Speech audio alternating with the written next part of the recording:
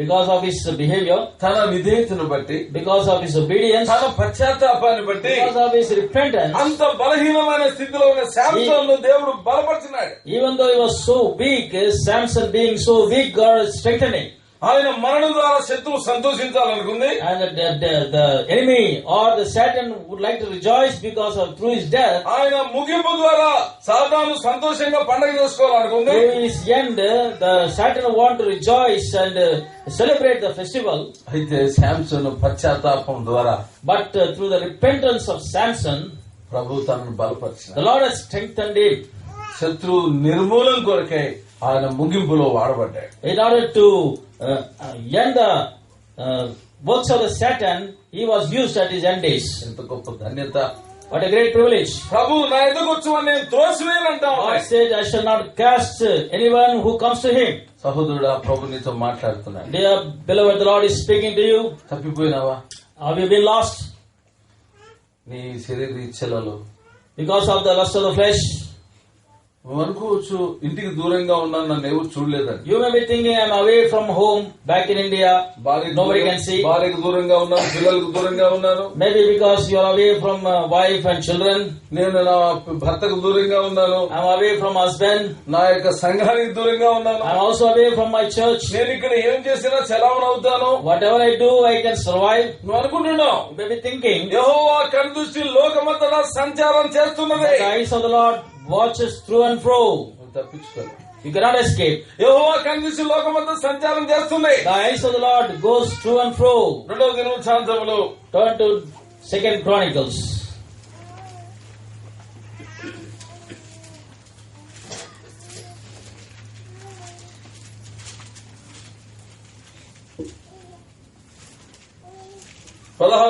chapter 16, verse 9.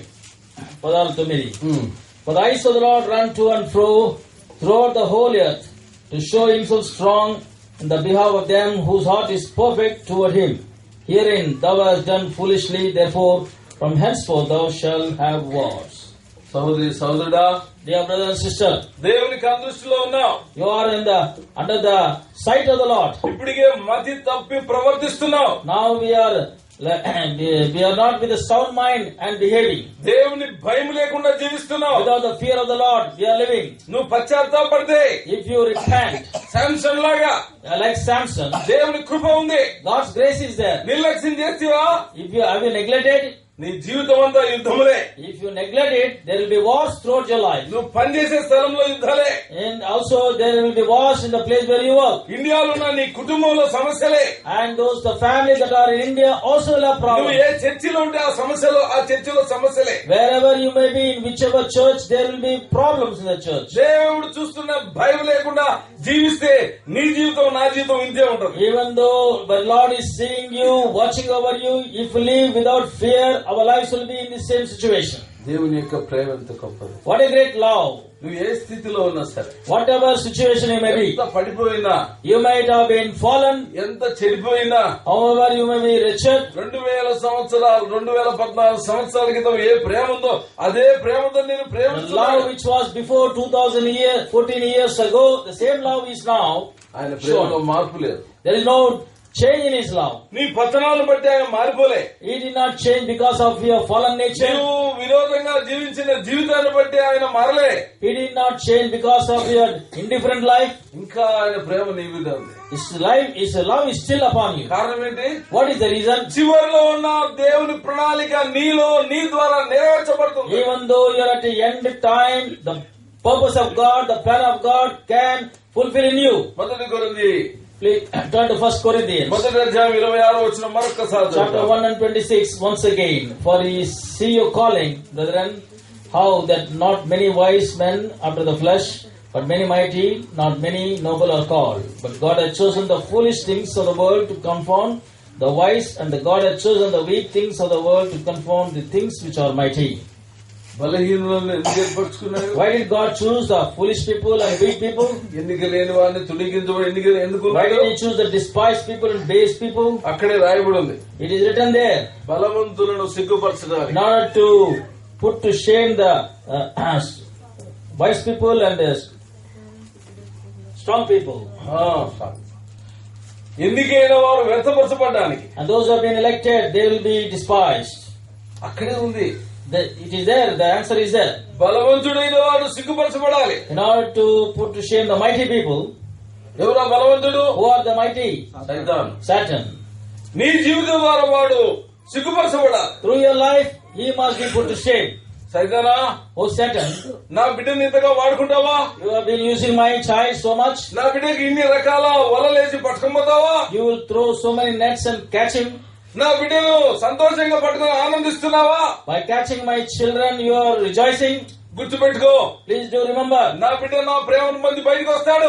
My child will receive my love and he will be delivered. తప్పకుండా నీ మీద revenge తీసుకుంటాడు. Definitely he will take revenge upon you. నీ మీద ఖచ్చితంగా నా పగ తీర్చుకుంటాడు. He will take certainly revenge upon you. ఎంత గొప్ప ప్రేమ అండి దేవుడికి. What a great love God has got. ఈ బలహీనమైన వ్యక్తి విషయంలో ఎంత గొప్ప ప్రణాళిక ఉంది. And he has got a great plan concerning the weak person. కాబట్టి శత్రువును సిగ్గుపరుస్తావా? Therefore, will you put the Satan or enemy to shame? బలవంతుని సిగ్గుపరుస్తావా? Will you put shame the mighty man? ఎందుకైనా వాళ్ళని వ్యర్థపరుస్తావా? And those who have been elected, you will make him nullified? దేవుని సంతోషపరుస్తావా? Or you will make Lord rejoice? లేదా ప్రభును దుఃఖపరుస్తావా? Or you will grieve the heart of God? శత్రువు సైతాను సంతోషపరుస్తావా? Or you will make happy the Satan or enmity? ఈరోజు తీర్మానం చేసు. Please do take a decision. గొప్ప అవకాశం దేవుడు ఇచ్చిన. God has given great privilege. నీ ముగింపు ద్వారా సాతాను సిగ్గుపరచబడాలి. Through your end time, the Satan must be put to shame. అంటే జీవితం అంతా సాతాను దుర్రుకున్నా, And even though the Satan has plowed your life throughout your life, last end days లో ఉన్న శత్రువు నిర్మూలన చేయబడాలా. at your last days, the Satan must be nullified and perished. అంటే ముగింపులో అయినా శత్రువు ఓడిపోవాలా. ఇది దేవుని ప్రణాళిక.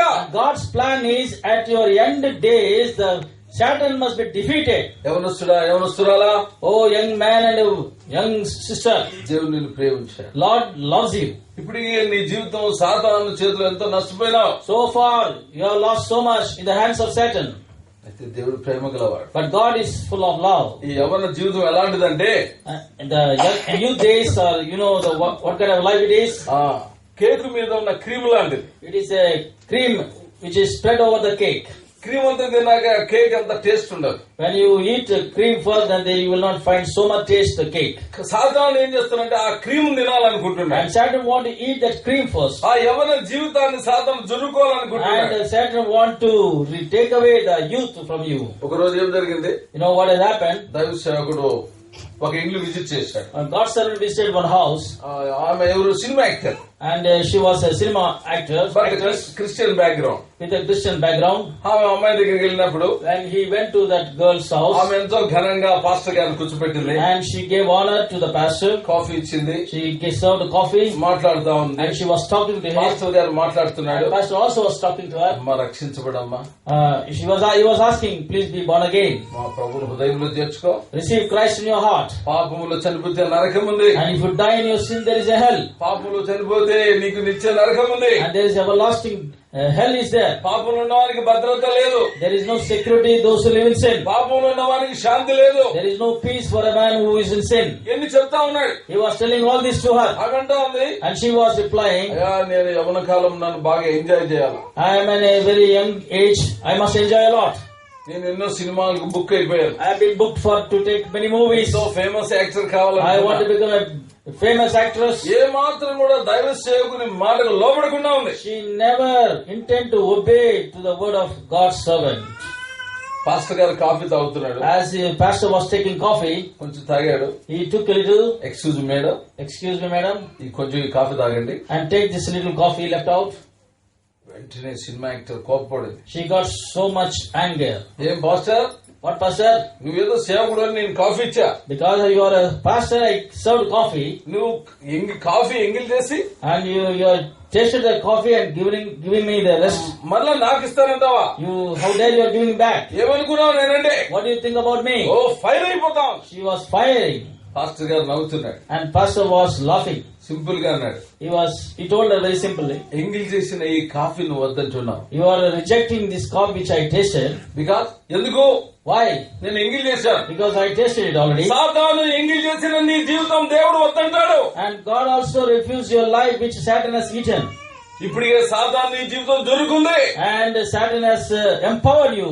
ఎన్నో నీ జీవితం నష్టపోయినావు. You have lost so much in your life. ఆ మాటకి భయపడిపోయి. She was frightened. అవును ఎంగిల్ చేసింది నేను వద్దంటున్నా. When I refused the coffee which you drank. సాతాను నా జీవితం టేస్ట్ చేస్తా ఉంది. And Satan is tasting my life. కాబట్టి ప్రభు నన్ను వద్దంటే, if God refuses me, నా పరిస్థితి ఏంటి? what is my condition? ఆలోచించే. And kindly do think about it.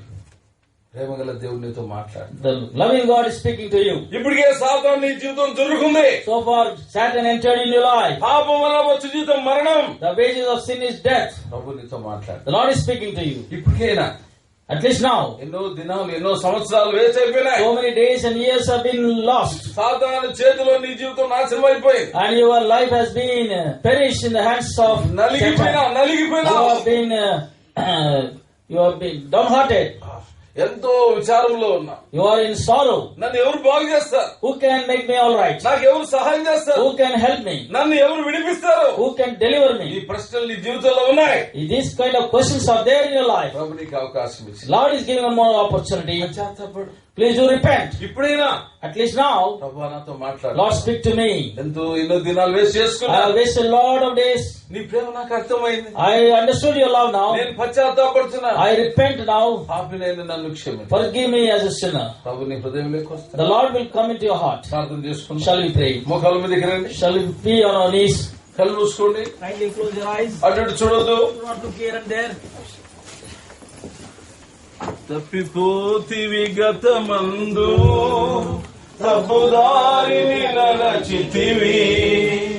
తప్పిపోతివి గతమందు, తప్పుదారిని నడచితివి. తన ప్రేమ స్వామి నిన్ను కాపాడితే చేను.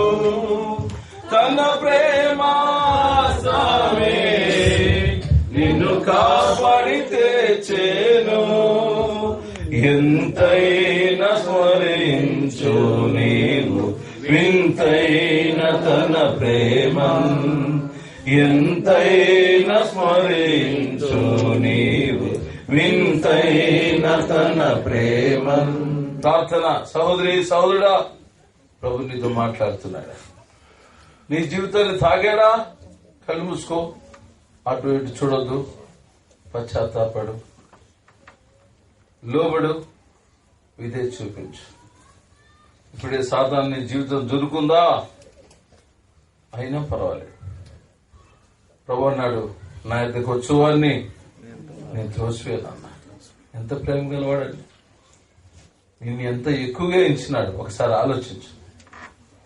నీళ్ళు ఎన్ని బలహీనతలు, ఎన్ని పొరపాట్లు ఉన్నా ప్రభు నీతో మాట్లాడుతున్నాడు. ప్రభు నెరిగిన సహోదరి సహోదరుడా, దేవుడు నీతో కూడా మాట్లాడుతూ వచ్చినాడు. దేవుని కార్యం నిర్లక్ష్యంగా జీవిస్తున్నా. ప్రభు నీకు అవకాశం వచ్చినాడు. శత్రువు చేతిలో నీ జీవితం ముగించబడడం దేవునికి ఇష్టం లేదు. ఆలోచించు. శత్రు చేతిలో ముగించుకుంటావా? శాంసన్ లాగా పశ్చాత్తాపడతావా? అడుగు ప్రభు. ప్రభువా, ఈ ఒక్కసారి శత్రు చేతిలో ఉన్నా, ఈ ఒక్కసారి ప్రభువా ఎన్నో అవకాశాలు పోగొట్టుకున్నాను, ఈ ఒక్కసారి శాంసన్ అంటున్నాను. ఇలాంటి ముగింపు నాకు వద్దు ప్రభువా, ఇలాంటి మరణం నాకు వద్దు ప్రభువా. నా ముగింపు సాతాను చేతిలో ఉండాలని సాతాను ఇష్టపడుతూ ఉన్నాడు. కానీ నాకు అవకాశం ఇస్తున్నా ప్రభువా. నా ముగింపు ద్వారా అయినా సాతాను సిగ్గుపరచబడాలని ఒక గొప్ప అవకాశం నాకు ఇస్తున్నా. ఇదిగో నీ దగ్గరికి వస్తున్నా, నన్ను అంగీకరించు ప్రభువా. నిర్లక్ష్యం చేశాను. దేవుని ఇంటికి రావడం, దేవుని పరిచర్య, ఆరాధన, బల్ల, ప్రార్థన, వాక్యము, కుటుంబ ప్రార్థన నిర్లక్ష్యంగా జీవించాను ప్రభువా. నేను నిర్లక్ష్యం చేస్తున్నాను, అనేకులు వాడుకుంటున్నాను. క్షమించయ్యా, కడగయ్యా. ఆ రోజు వస్తే నిర్లక్ష్యం చేసింది, ఎస్తేర్కి ఇచ్చాను.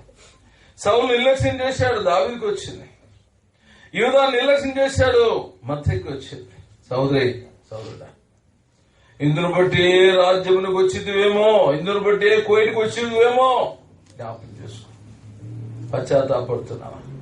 నీ స్థితి ఎలాంటిదైనా సరే మొట్టమొదట పిలుపు రక్షణ కొరకు. ఎవరైతే ఈ దినం ప్రభువుకు తమ జీవితాలు ఇవ్వాలనుకుంటున్నారు, కొత్త సంవత్సరం వస్తుంది, నా పాత జీవితాన్ని వదిలిపెడుతున్నాను, నన్ను క్షమించు, నీ రక్తంతో కడుగు అని పశ్చాత్తాపడతా బిడ్డ, ప్రభు సంతోషపడతాడు. ప్రభు నిన్ను చేర్చుకుంటాడు. ఏ శత్రువు సంతోషపడిందో ఆ శత్రువు సిగ్గుపరచబడే విధంగా దేవుడు నిన్ను వాడుకుంటాడమ్మా. నీ బలింతలు బట్టి అందరూ నిన్ను తునీకరించవచ్చు, నీ పాపాన్ని బట్టి అందరూ నిన్ను అసహించుకోవచ్చు, నీ చెడు జీవితాన్ని బట్టి, చెడు తలంపులను బట్టి అందరూ నిన్ను ద్వేషించవచ్చు. గుర్తుపెట్టుకో, నిన్ను ప్రేమించే వ్యక్తి ఉన్నాడు, ఆయన ప్రభు. కుష్ఠరోగైనా, ప్రభు నన్ను ఇష్టపడేవారు ఎవరు లేరయ్యా, నీవైనా ఎస్ నేను ఇష్టపడుతున్నా. సహోదరుడా, ప్రభు నీతో మాట్లాడుతున్నాడా? లోబడుతుంటే రక్షణ కొరకైనా తీర్మానం, పడిపోయిన నీ జీవితాన్ని పునః ప్రతిష్ట చేసుకోవడానికైనా తీర్మానం. ఎక్కడున్నావు? శాంసన్ లాగా ఢిల్లీలో చేతిలో ఉన్నావా? దాగోను దేవతకు బలి ఇవ్వబడే స్థితిలో ఉన్నావా? ఏ స్థితిలో ఉన్నా సరే ప్రభు నిన్ను పిలుస్తున్నాడు. లోబడినోళ్ళని ప్రజల వైపు దినమెంతా నా చేతులు చాచి ఉన్నాను. సోదరుడా, ప్రభు చేస్తాను. ఇప్పటికే నీ జీవితాన్ని సాధారణ జరుగుతుంది. ఇంకా నా తీర్మానం రక్షణ కొరకు తీర్మానం చేస్తుంటే నీ కుడి చేయి పైకి ఎత్తి చూపించు. నీ కొరకు ప్రార్థన. సిగ్గుపడద్దు, అడ్డు చూడదు. నిజంగా నువ్వు పశ్చాత్తాపడుతుంటే కనబడదంటే నీ కుడి చేయి పైకి ఎత్తి చూపించు. ఒకవేళ రెండవదిగా సాంసన్ లాగా పడిపోయిన జీవితం ఉన్నా, నా ముగింపు ద్వారా తండ్రి నేను మహింపరుస్తాననే ఆశ దేవుడిని కలిగిస్తున్నాడు. ఇప్పటికి ఎంతో నష్టపోయినా, రక్షించబడి బ్యాప్టిజం తీసుకొని దేవునికి విరోధంగా జీవించి పడిపోయినా, పతనమైనా, నిర్లక్ష్యం చేసినా వద్దు. నీ నిర్లక్ష్యం ఇంకొకరికి అవకాశం వస్తుంది, కానీ నీవు నీటి వారు నశించిపోతారు. ఎందుకు నీ పిల్లలకు శాపాన్ని, మరణాన్ని తెస్తారు? సహోదరుడా, వద్దు. తీర్మానం చేసుకో. తీర్మానం చేస్తున్నావా? పశ్చాత్తాపడు. నిన్ను దేవుడు చూస్తున్నాడు. యెహోవా కనుదృష్టి లోకమంతా సంచారం చేస్తుంది. నువ్వు మధ్య తప్పలు ప్రవర్తించినావా, ఇక యుద్ధం స్టార్ట్ అవుతుంది. ఇంట్లో, బయట, వీధిలో అంతా ఇప్పటికే జరుగుతా ఉంది. నువ్వు గ్రహించలేకున్నా తీర్మానం చేస్తుంటే నీ కుడి చేయి చూపించు. ఇంకెవరైనా సిగ్గుపడద్దు, భయపడద్దు. కనబడదంటూ చేయి చూపించండి. నీ తలకు పైగా చేయి చూపించు. సహోదరుడా, ప్రభు నిన్ను బలపరచును గాక. సహోదరుడా, ప్రభు నిన్ను బలపరచును గాక. సహోదరి, ప్రభు నిన్ను దర్శించును గాక. ఇంకెవరు పశ్చాత్తాపంతో భద్రమైన నీ జీవితాన్ని ప్రభుకు అప్పగించు. ఇంకెవరైనా? ముగిస్తున్నాను. సహోదరుడా, దేవుడు నిన్ను బలపరచును గాక. నీ బలహీనుని దేవుడు నిన్ను విడిపించును గాక. ఇంకెవరు? సిగ్గుపడద్దు, దేవుడు నిన్ను చూస్తున్నాడు, ఏ మనుషుడి కాదు. ఇంకెవరైనా? ముగిస్తున్నాను. నీ 14 బలహీనతలు ప్రభు చెప్పు. నిన్నెవరు చూడడం కాదు, దేవుడు చూస్తున్నాడు. ఇంకెవరైనా? ముగిస్తున్నాను. సహోదరుడా, దేవుడు నిన్ను బలపరచాను. అమ్మా సహోదరి, దేవుడు నిన్ను బలపరచునుగా. ఇంకెవరు? ముగిస్తున్నాను. తీర్మానం చేసుకో. అటు చూడొద్దు. దేవుడు నీతో మాట్లాడు, ఏ మానవుడు కాదు. దేవుడు నిన్ను ఎన్నుకున్నాడు, దేవుడు నిన్ను ఏర్పాటు చేసుకున్నాడు, అందరికంటే ఎక్కువగా నిన్ను ఎంచినాడు. ఎవరైతే చేతులు చూపించినారో లేచి నిలబడండి, మీకు ప్రార్థన చేస్తాను. సిగ్గుపడద్దు, భయపడద్దు. నీ తీర్మానం దేవుడు చూస్తున్నాడు. లేచి నిలబడాలి, నీ కొరకు ప్రార్థన చేస్తాను. దేని కొరకైనా, రక్షణ కొరకైనా, పడిపోయిన నీ జీవితం అయినా పునః ప్రతిష్ఠ చేసుకోవడానికి శాంసం లాగా చివరి అవకాశం దేవుడు నీకు ఇస్తున్నాడు. ఇప్పటికే నా సైతాన్ నీ జీవితం జురుకుంది, అయితే ప్రభు నిన్ను ఇష్టపడుతున్నాడు. ఇంకెవరు?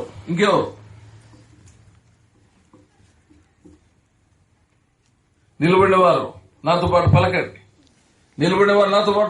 ప్రియమైన యేసు ప్రభువా, నాతో మాట్లాడినా, నేను పాపిని తండ్రి, క్షమించు నాయన. నీ రక్తంతో నన్ను కడిగయ్యా. ఇప్పటికే నా జీవితం సాతాను చేతిలో పడిపోయాను ప్రభువా, నష్టపోయాను, అవమానంలో ఉన్నాను అయ్యా, ముగింపులో ఉన్నాను. దయతో క్షమించు. నీ ప్రాణం కంటే నన్ను ప్రేమించావు. పాపినైనా నన్ను క్షమించు నాయన. నీ రక్తంతో నన్ను కడుగు నాయన. నా హృదయంలో ప్రవేశించు. ఈ రోజు నుండి నీ బిడ్డగా జీవిస్తాను. సాధారణ శక్తుల ఎదుట, దేవదూతల ఎదుట, జీవము గల సంఘములో నీ కొరకు జీవిస్తానని ప్రమాణం చేస్తున్నా. నన్ను బలపరచయ్యా, నన్ను కాపాడయ్యా. నా పాపాలు క్షమించు. క్షమించినందుకు వందనాలు. నా హృదయంలోకి రా, వచ్చినందుకు వందనాలు. యేసు ప్రభు నామమున అడుగుచున్నాము తండ్రి, ఆమేన్. అట్లే ఉండండి, ప్రార్థన చేస్తాను. పరిశుద్ధుడా, నీ మహాప్రేమను బట్టి వందనాలు. అద్భుతమైన నీ వాక్యముకై స్తోత్రం. సియోను ఎందుకు ఏర్పరచుకున్నావు? సియోను ఎందుకు కోరుకున్నావు? సియోనే నీకు కావాలా ప్రభువా? ఎంత అద్భుతం నాయన. నీ విశ్వస్తున్నాను, నువ్వు నివసించే స్థలం నీ మహిమతో నింపాలనుకున్నావు. సియోను వాసులకి ఎంత ఆదరణ ఉంది, ఎంత భద్రత ఉంది, ఎంత కాపుదల ఉంది ప్రభువా. నీ రక్షణ కొరకే వాడుకోవాలి, నీ మహిమ కొరకే వాడుకోవాలి. నిజంగా సియోను కోరుకున్న దేవుడు, ఇశ్రాయేలు కోరుకున్నావు, నేను మమ్మల్ని అందరినీ కోరుకున్నా. స్తోత్రాలయ్యా. అయ్యా, నీ ప్రాణం కంటే మమ్మల్ని ఎక్కువ ఎంచావు తండ్రి. గ్రహించలేకపోతున్నా. నిజంగా సాధారణ మా జీవితాలు జుర్రుకుంటా ఉంది అయ్యా. నిజంగా నువ్వే చునిగ్రిస్తే మేము ఎక్కడికి పోతాం? నువ్వు వద్దంటే మా గతి ఎట్టి? ఎవరు మమ్మల్ని చేర్చుకుంటారు? ఎవరు మమ్మల్ని ఆదరిస్తారు ప్రభువా? నీ ప్రేమను బట్టి వందనాలు. ఇదిగో తీర్మానం చేసిన బిడ్డలు బలపరచు. ప్రతి ఒక్కరితో మాట్లాడు. ఎవరు నీ కార్యం నిర్లక్ష్యం చేస్తున్నారు, ఎవరు నీకు విధంగా ప్రవర్తిస్తున్నారో, ఎవరు అశ్రద్ధ చేస్తున్నారో మొత్తం మాట్లాడు. ఈ సమయం బట్టి కోయిటికి వచ్చినావేమో అనే మాట వారి హృదయాల గింగురుమన్నట్లు చేయండి. పరిశుద్ధాత్ముడా, మీ కార్యం జరిగించు. ఈ పరిచయం